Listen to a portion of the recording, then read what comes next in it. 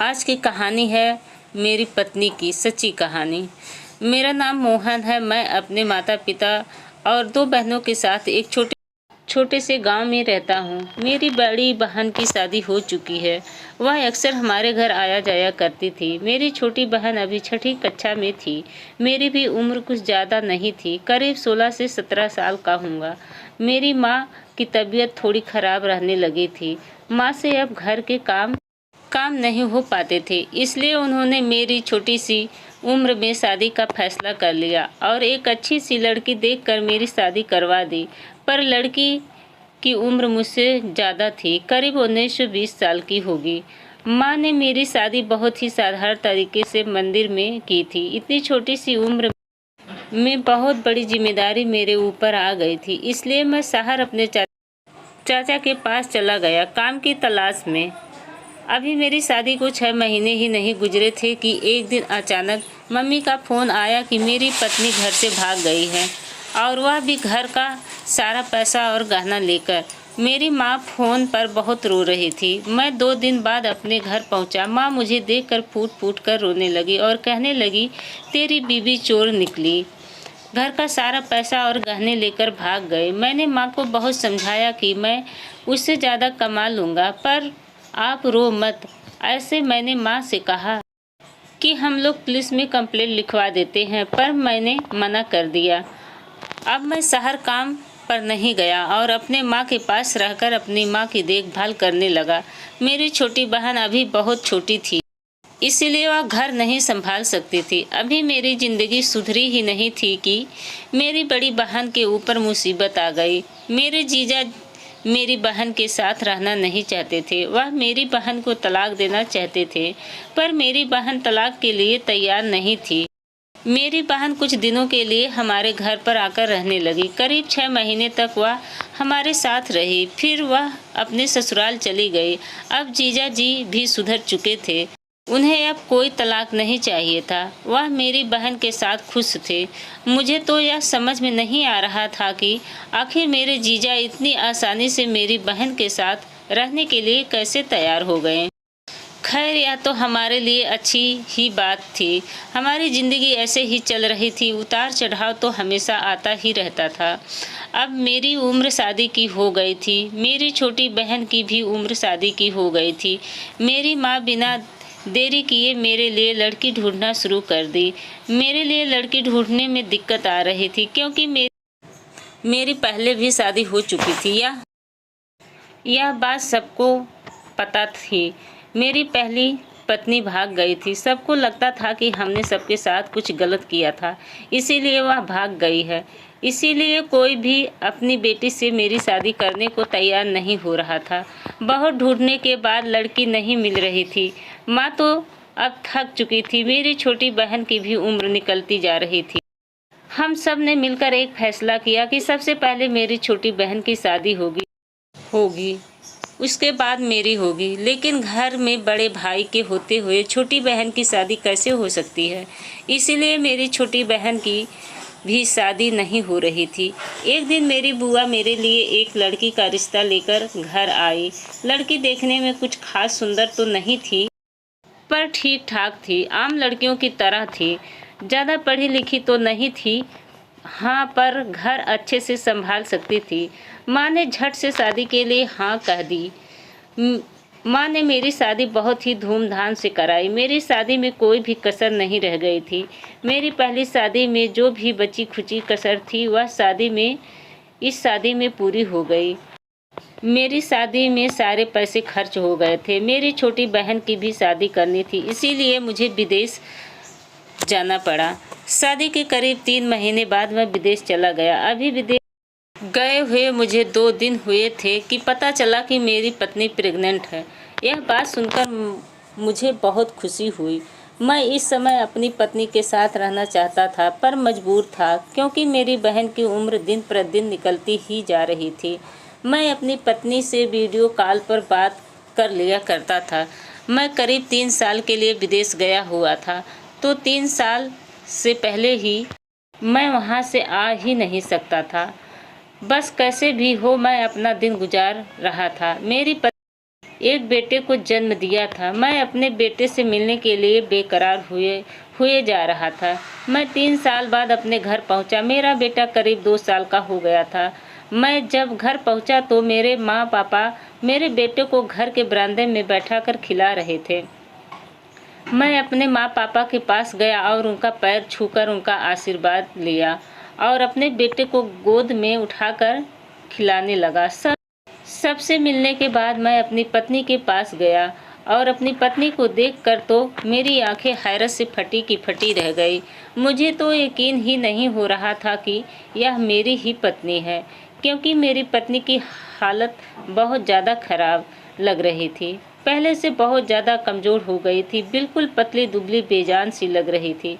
मैंने उससे पूछा, क्या हुआ, तुम्हारी तबीयत तो ठीक है? उसने कहा, हाँ मेरी तबीयत ठीक है, बस कुछ दिनों से पहले मेरी तबीयत खराब हुई थी, पर अब ठीक है। फिर मैं अपनी पत्नी के साथ अपने रूम में चला गया और अपनी पत्नी के साथ बात करने लगा। मुझे ऐसे लग रहा था जैसे कि मेरी पत्नी मुझसे कुछ कहना चाहती हो कि तभी मेरी बहन हमारे रूम में आ गई। मेरी पत्नी एकदम से चुप हो गई। मुझे यह बात थोड़ी अजीब सी लगी, पर मैंने उस समय कुछ भी नहीं कहा। एक दिन मेरी पत्नी ने मेरे पास आई और कहने लगी, मुझे आपको एक सच बताना है। मैंने पूछा, कैसा सच? अभी वह कुछ बोलती ही कि इतनी देर में मेरी माँ आ गई। मेरी माँ पत्नी को कुछ काम के लिए अपने साथ लेकर चली गई। मैं अपने रूम में ही बैठकर अपनी पत्नी का इंतजार करने लगा था।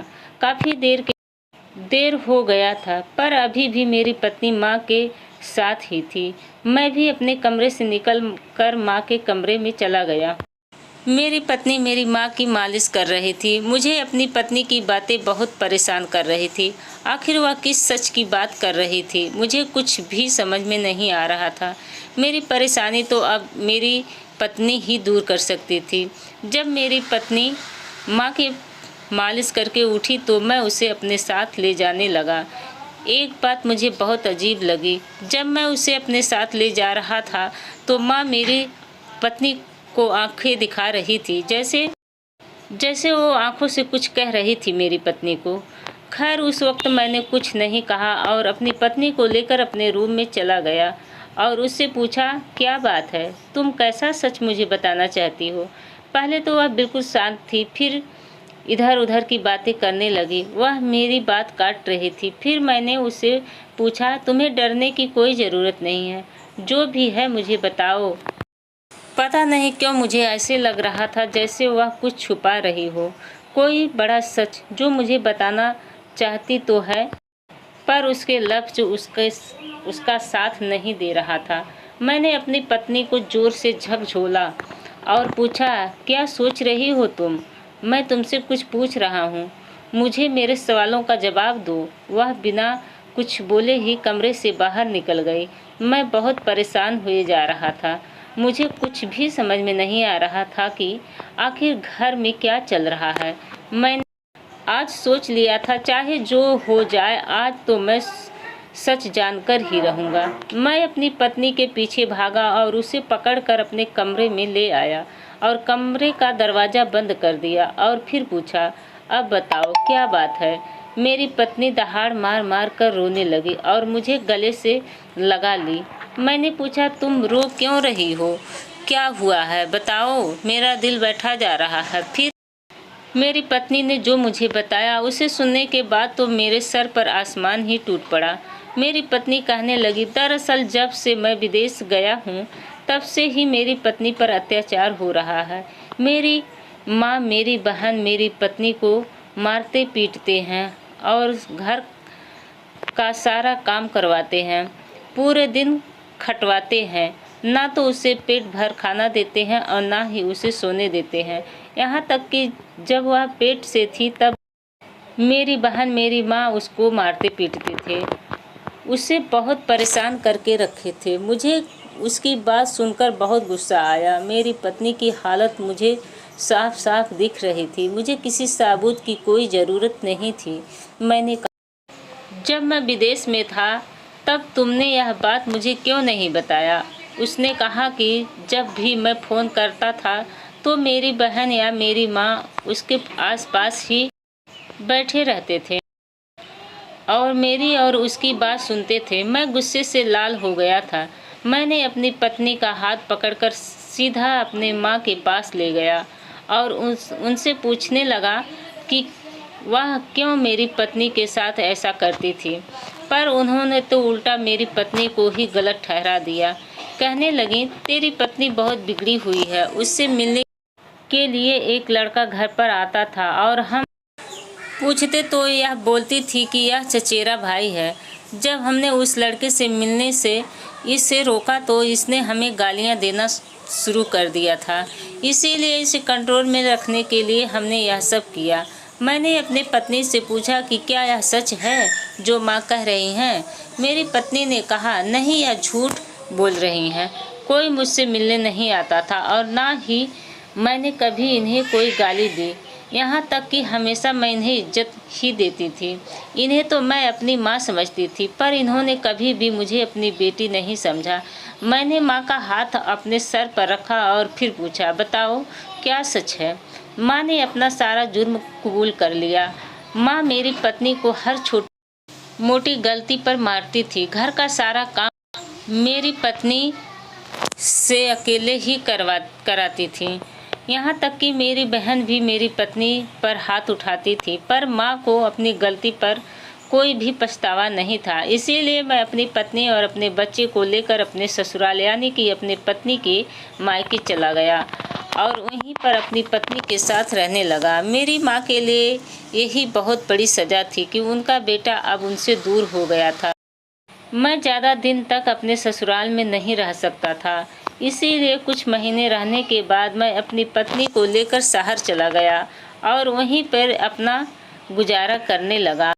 तो दोस्तों, यह कहानी आप लोगों को कैसी लगी? कहानी अच्छी लगी तो कहानी को लाइक कीजिएगा और हम कमेंट कीजिएगा और अपने दोस्तों में शेयर कीजिएगा और हमारे चैनल को सब्सक्राइब कीजिएगा। धन्यवाद।